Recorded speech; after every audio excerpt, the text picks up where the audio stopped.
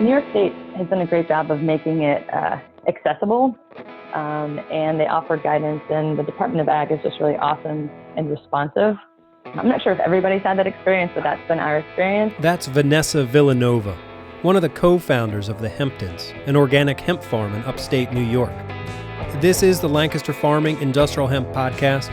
My name is Eric Herlock, and on today's show, we talk to Vanessa and her partner Suzie Eckhart about their hemp farm in Chatham, New York, near the Massachusetts border. But it's more than just a hemp farm. It's a getaway retreat center where guests can stay to relax, rejuvenate, and generally chill out in the countryside, help out with the chores, eat good food, and hang out in the hemp. This is where industrial hemp meets hospitality. But first... So today is one of my favorite days in hemp history, and music history for that matter. August 28th, 1964, New York City, the Delmonica Hotel, where John, Paul, George, and Ringo were staying.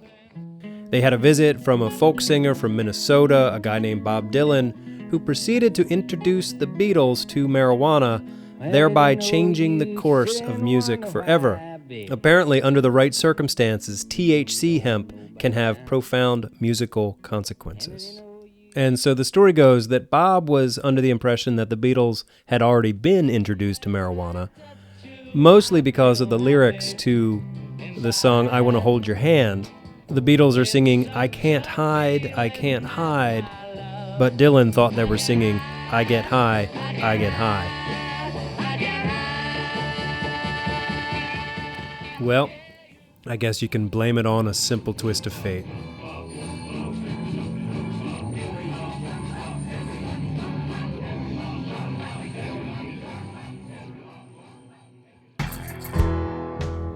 Okay, we'll get into my conversation with Vanessa and Suzie from the Hemptons in just a sec, but first a couple of hemp news nuggets. Okay, so the Star Advertiser in Honolulu is reporting that more than half of the hemp cultivated this year in Hawaii was unusable due to high THC levels and had to be destroyed. The hemp industry in Hawaii is fascinating to me, one, because of the climate, where apparently you can grow up to 3 crops a year, and 2, because they're still in the research program phase that Pennsylvania was in last year. You know, they haven't opened up the hemp industry to commercial growers yet.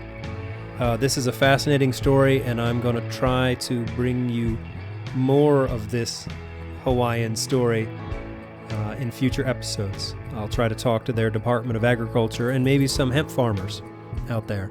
So if any hemp farmers in Hawaii are listening, please get in touch. Send me an email, podcast@lancasterfarming.com. Okay, next. Okay, so we got a press release from the USDA.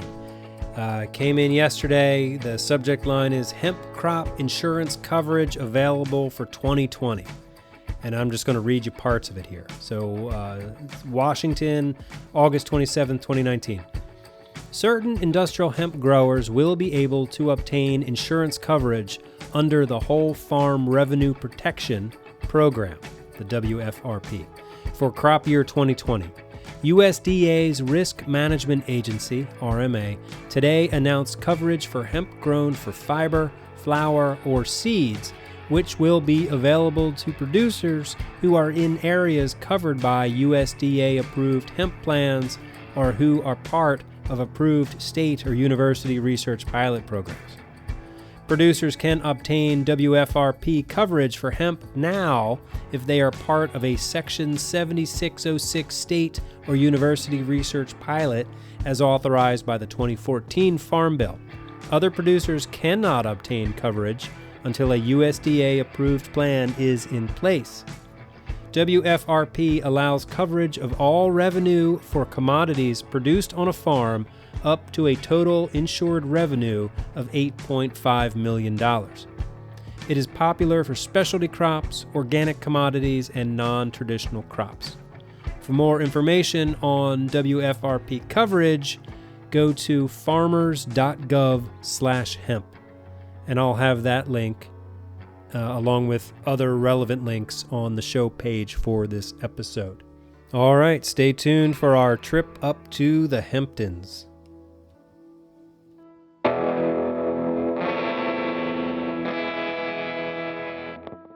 Welcome to the Lancaster Farming Industrial Hemp Podcast, Vanessa and Suzie. Could you introduce yourselves for us, please? Sure thing. I'm Vanessa Villanova and the founder of the Hemptons Farm in Chatham, New York. All right. Thanks, Eric. And I am Suzie Eckhart, co-founder of the Hemptons, and originally from Lancaster, Pennsylvania. So extra excited to be on the Lancaster podcast and excited to chat with you. Cool. Great. Yeah, I'm glad you're here. Okay, so first tell me where the idea for the Hemptons came from. Sure. So, our interest in hemp started probably like in 2015, 2016, when it started creeping into the spotlight, and then there was all this buzz about the Farm Bill of 2018. But our research started prior to that. And, we kind of went down the rabbit hole like many people do. You're like, well, why is this illegal? Why was it illegal? Isn't marijuana? So we were answering getting all those questions answered. And our heads just kind of exploded, like with all of the information that was out there. And it's like, well, we definitely want to be a part of this in some way. And we wanted to get in, we wanted to get in at the ground level of an emerging industry. And this just seemed to be it. So it was, like I said, around 2015, 2016, we started exploring what that would look like. So really, hemp kind of led to the farm. Hemp first, and then the Hemptons kind of emerged, which has been really exciting to, throw ourselves into this new industry and come up with a business plan for a farm and for a retreat and the different aspects that are this awesome property that we ended up purchasing early 2018. Can you describe sort of the business plan? Like what's the model? Sure. So we're modeling the Hemptons after kind of like the way a winery is organized, right? They have their agricultural piece of it. They've got their the grapes. They have their product, which is their wine. And then oftentimes wineries have an experience element to it. And that's really what we're going for. It was the closest business model we could kind of apply our vision to. So we've got our agriculture, which is our hemp that's growing, the products we're working on. We've got a lot of ideas for products, but it's really going to come down to accessibility and what we can actually process our hemp into. And then the stay piece of it would be to stay on the property, like a farm stay, learn about the hemp, be exposed to the different uses, or just chill out in a hammock. Like it's really like a choose your own adventure kind of experience. So that's nice. It's a brief overview of the business plan. Well, let's talk about the hemp. How much are you growing? What varieties are you growing? That sort of thing. Sure. So we are growing just a little under an acre. This is our first time farming, to be very honest. So we wanted to start small, and it was really proof of concept for us this season. So we wanted to make sure we did it right on a small scale, and then we could, hopefully the plan is to expand next year. We're growing 3 different varieties for fiber and grain. Our seeds are Eletta Campagna, and that's an Italian variety.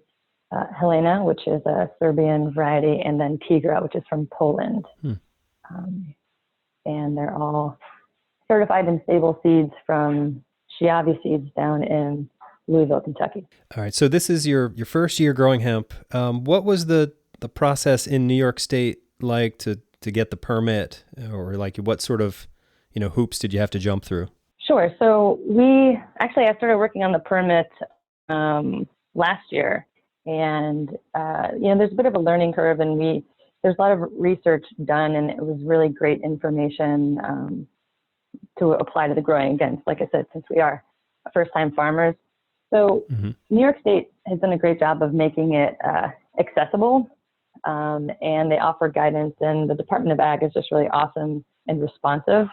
I'm not sure if everybody's had that experience, but that's been our experience.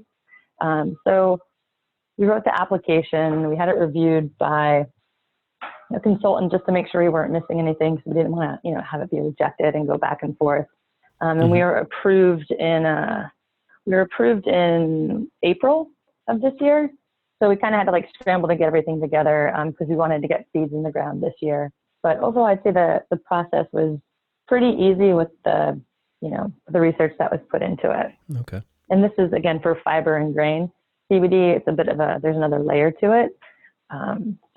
Okay, that's interesting. Yeah, down here in Pennsylvania, it's, one permit covers all varieties. Oh, really? It's not a separate one for CBD or? No, nope. Do you have to specify what seeds you're using in your source and stuff like that? I think so, but I have not personally gone through that application process. Sure. Although I might be next year. We'll talk about that later. All right. Yeah. So can you run us through the farming aspects, what you did? What was your field prep like? What was the planting like? And I imagine you haven't harvested yet, but you must be getting close. That's correct. We haven't harvested yet. So starting at the beginning, we needed to bring our pH up a little bit. So we applied some lime. We applied some nitrogen as well, just to get those levels up. Mm-hmm. It was pretty virgin land, it hadn't been farmed in about 20 or 25 years. Oh, wow. It was just being hayed. So we cut through it with a moldboard plow, and then we tilled it about 3 or 4 inches, let it sit, applied the nitrogen, and then tilled it again very, very lightly, just barely touched it before planting. And we planted on June 22nd. So, we're not ready to harvest just yet. We expect to harvest around, I'd say mid-October. Okay. So maybe a little sooner. It's going to depend on the weather. But that's the plan. Okay. Equipment-wise, what were you using for planting? So we just did a broadcast spreader, actually. Okay. And then rolled it with a lawn roller. So again, this was proof of concept for us. We wanted to start small, and we're in no place to invest in an $80,000 piece of equipment. So we did a bunch of research, and the woman from SUNY Morrisville actually gave us the idea. Jen Gilbert Jenkins is her name. She specializes in soils, and she's like, yeah, this is how we planted it. So we're like, well, we could totally do that. So broadcast spreader, rolled it with a lawn roller. It gave the seeds just enough depth, and less than a week later, they were sprouting up. And Suzie can tell you that was one of our most proud moments. Yeah, Suzie, what was that like for you? It was like seeing your little babies. It was so exciting. They're, popping out of their seeds and then, taking root. It was really exciting. There is just one thing that I would add to the broadcaster. Mm-hmm. I think if we were going to do that again, we might use a hand broadcaster instead of the one that we dragged behind our tractor, just because you can have a more even spread. So sometimes it would hit a bump and dump out a bunch of seeds. Oh. And, they're so tiny that you can't really go pick them up and respread them. So I think something that we would advise if you are going to take that, and if depending on how big your plot of land is, but I think a hand spreader might be what we use. Do you have a network of other area farmers that are, sort of invested in your success and are helping you through stuff? Yeah, we've actually, in the application process last year and really all of this year, we've developed a network and we've actually focused just as much on developing that network as we have on our growing, right? Because there's just so much information that's out there, and it can be overwhelming. And to really refine all that's out there and understand what's applicable, it's easier to do that through the community of farmers that's around us. So yeah, we have got a couple good friends who are farming around us, and I say around us, I mean within 15 square miles. Sure. And it's just it's a great community because you can bounce ideas, share stories, share techniques, and I feel like that seems to be the theme at least in the New York community where I am in Columbia County, which is super valuable. And that kind of like shared information has been incredibly helpful for us and encouraging and inspiring. Right. I think also one of the good examples from that is kind of like a horror story that someone can have the year before that they've passed along so we can get ahead of it. There's a CBD farm near us, and it just so happened that they had their permit the year before. So they had a crop last year that ended up getting chopped down by the police because they thought it was marijuana. And so that was obviously a huge loss. And then their advice to us was go over to the police station down in Hudson and, you know, present them with your papers and your address and just let them know that this is not marijuana and that you're allowed to grow it. So something important to think about. Yeah, right. Yeah. I find here in Pennsylvania, and I guess it seems like it's everywhere, that, yeah, hemp farmers are really open to helping other hemp farmers. So that's great.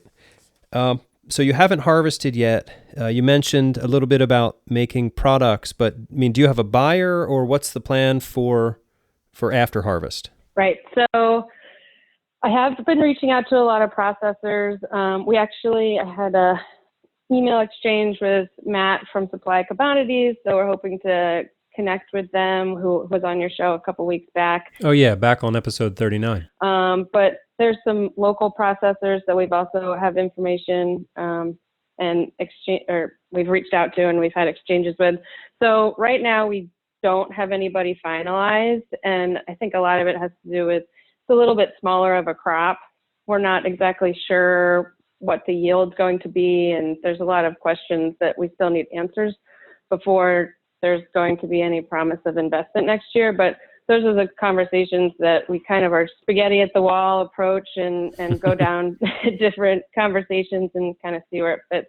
Like we were at an HIA conference up in Albany for the New York chapter last week, and we met a guy from the Center of Economic Growth, and he was telling us about a local paper mill that wants to source their hemp so they can have locally made hemp paper. So that's obviously something that's super exciting to make it locally grown and be a part of that. So, we're keeping our options open, and I'm sure we'll find something. Yeah.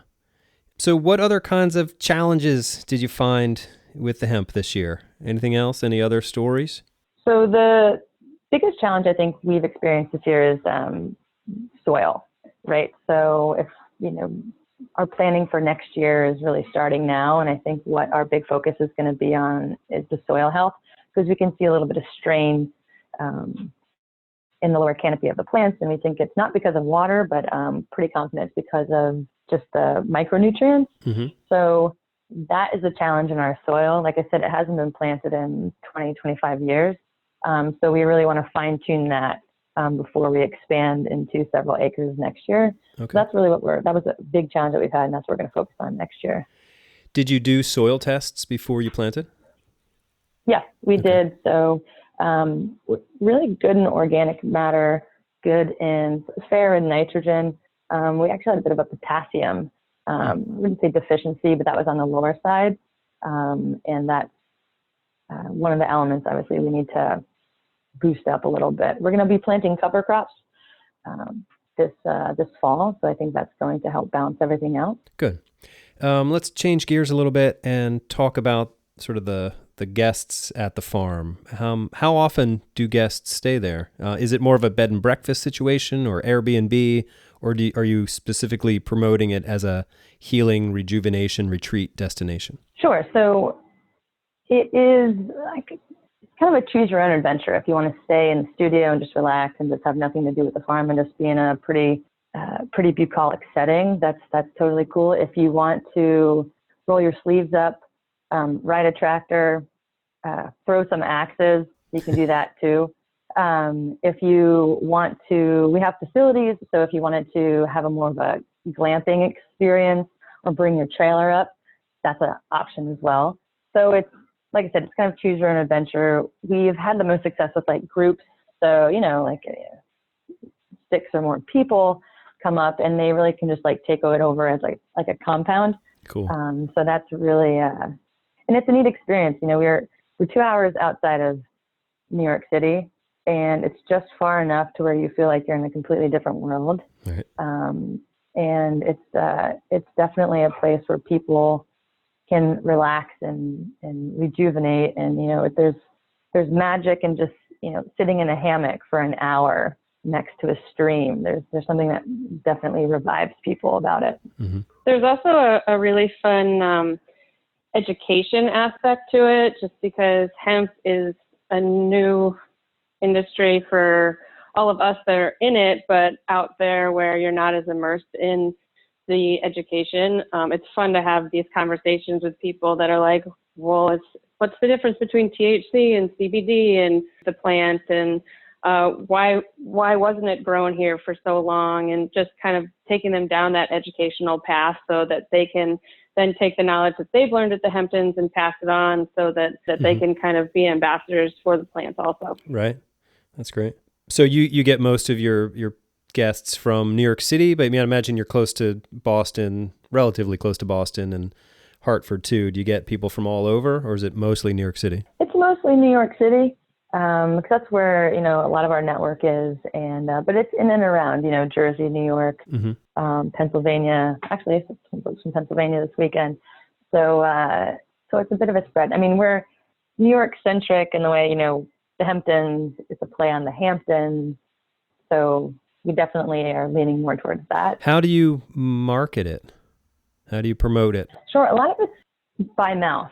I mean, we have our website, it's thehemptons.com, and we don't do any bookings online at this point, just because we want to keep it small, just like our crops. We want to keep it small and keep growing organically, with growing the business organically. So, you know, we post on social and whatnot, but it's really, it's mostly somebody will come stay and then they'll tell their friends and we'll get an inquiry, and then we'll be like, oh, how'd you find out about us? So it's kind of spreading that way, which is really great, instead of putting it on blast, because it's just it's nice to have those kind of referrals, and when people have stayed, they kind of understand the experience. And that's key to our success, is people understanding the experience, right? And then, you know, having this expectation. And so they're drawn in by the name Hemptons, so they know that it's a hemp experience. You find that's successful in drawing people in? You know, it's funny. Some people get it, some people don't. Some people think it's a place where everybody comes and smokes weed. We clear that up very quickly. Like Suzie was saying, like the educational piece of it is important. Right. But honestly, I think at the end of the day, people see and they're like, oh, the Hemptons, that's a cool name. Oh, they grow hemp. That's neat too. Whoa, it's 70 acres. Like, we can like stay on that 70 acres for the weekend. That is awesome. So I think there's a couple different, you know, things that people are interested in. Okay, so it's a 70-acre farm. You're growing less than an acre of hemp. What's the other land doing? Just hanging out, you know. No, so we've got we're approved to grow about 10 acres. And we're not going to get to the full 10 next year. We'll probably expand to like 4 or 5 next year. And then the rest of it is open pasture. And there's about 40 acres of wooded area. Oh, wow. Up the hill. So it's great for hikes through the woods. It's great to run around in the field. Do you have animals on the pasture land, or do you rent that to other area farmers to cut hay? No animals yet, and yes, our land is hayed by a local steer farmer, actually, Trowbridge Farm. Okay. So they take that hay. There are an abundance of wild animals, though. We have deer and coyote and fox and owls, and there's gophers and birds of prey. So it's cool. You can hear and see all of these animals if you're lucky. There's an abundance of deer, which actually we put an electric fence around our plot just to help protect from that. But we don't think that we will next year. We haven't seen any tracks around it really, and they seem to bed down more towards the north. So I think there's plenty for them to eat besides the hay. So next year we'll probably put our electric fence around the bees because we did have a bear attack on our bees. So yeah, we're going to focus on protecting them next year. Okay. Have you had any other pest pressure on the hemp? Not so much, actually. We've been pretty fortunate. We've seen like maybe a handful of like Japanese beetles just recently, actually. But nothing was pervasive. The closest thing that we had, I would say, was early on, within like the first couple of weeks. I think some groundhogs snuck in under our fence and took a little nibble. But again, like nothing too detrimental at all. So we've been lucky in that regard. Lots of ladybugs, lots of bees around, which are all great. But knock on wood, nothing destroying the plant. Getting back to the natural environment of the place, can you describe what the nighttime sky looks like compared to what maybe people in New York City see? It's phenomenal. So the property it goes up a hill. It's so dark at night there. There's we're far enough away from even Albany's the closest city, and that's probably like 45 minutes. So it's just pristine. You can see the Milky Way. You're in the Milky Way. So it's just fun to look up and watch the shooting stars. We were up there with a group a couple weeks ago. We did a night ride on our gator, and we probably stayed up there for an hour. Just everyone was quiet, staring at the stars. Every single one of us saw a shooting star. It was beautiful. And actually, in the middle of the silence, a coyote cackled. That was really, really close, and so it was quite an experience. It was really cool. So where can people find out about the Hemptons? So our website, we have thehemptons.com, and we're also active on Instagram, which is the Hemptons Farm. So feel free to reach out to us on either of those platforms, and we would be excited to respond. Awesome. All right. Well, Vanessa and Suzie, thank you very much for your time today. It's great to hear about the Hemptons. Thank you. Thanks so much for having us on, Eric. We love your show. Oh, that's very sweet. So the Hemptons Farm sounds like a place that I would go to. I would totally spend all day in a hammock near a pond, buy some hemp with the Milky Way above. But probably not anytime soon. Okay, so before we wrap things up, just wanted to let you know that I've been thinking about pests and what pest pressure might look like here in Pennsylvania as this crop develops over the years. And while I know that PA and Oregon have pretty different climates and conditions, I thought I would check in with this guy from Oregon. He's got some hemp experience out there, and I wanted to get a very quick glimpse of the kind of pests that they deal with out there. Dallas Berry, you are a hemp consultant out in Portland, Oregon. Is that right? That is correct. Portland, Oregon, surrounding areas. So I wanted to check in with you to sort of get a glimpse of what pest pressure looks like out there in Oregon. Absolutely. First of all, I'd like to talk about the cucumber beetle. It basically looks kind of like a ladybug, only it's yellow with black spots. It's all over the place. Yeah, we've got those here too. When they attack cucumber plants, they carry a bacterial wilt that actually kills the plant. So what other pests you got? There's a lygus bug. It's a little beetle with a triangle on its back, and it goes after the reproductive system and the new fresh shoots. All right, so that's the lygus bug. What else are you dealing with out there? There's russet mite. Okay. You can tell when a plant has one. If you Google it, you'll see it gives the leaves a shiny coat. It also kind of curls them up, and they seem a little jagged. The plants seem to get stunted as well when they're infested with them. And then anything else that is a problem out there? Root aphids and aphids alike, but the root aphids will attack the roots and the root system, the root ball, and give it kind of a shiny coat. It stunts the growth. They will swarm when they'll find another host.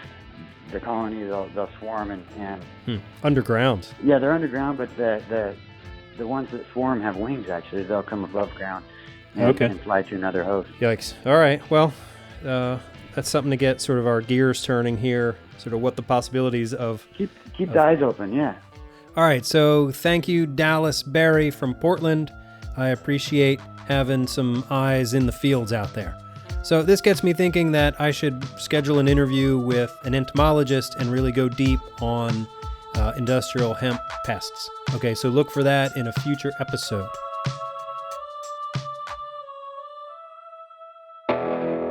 Well, all right, that's the show. Thank you all for listening. Hope you learned something. I know I did. Special thanks to Suzie and Vanessa from the Hemptons Farm. And also thank you to Dallas Berry out there in Portland. Let's see. Oh, and thanks to Bob Dylan for the work you did back in 1964. I think we all can appreciate that. My name is Eric Herlock. I'm the digital editor at Lancaster Farming Newspaper, the greatest agricultural newspaper in the world. Get a subscription. Okay, until next time, I will see you in the newspaper.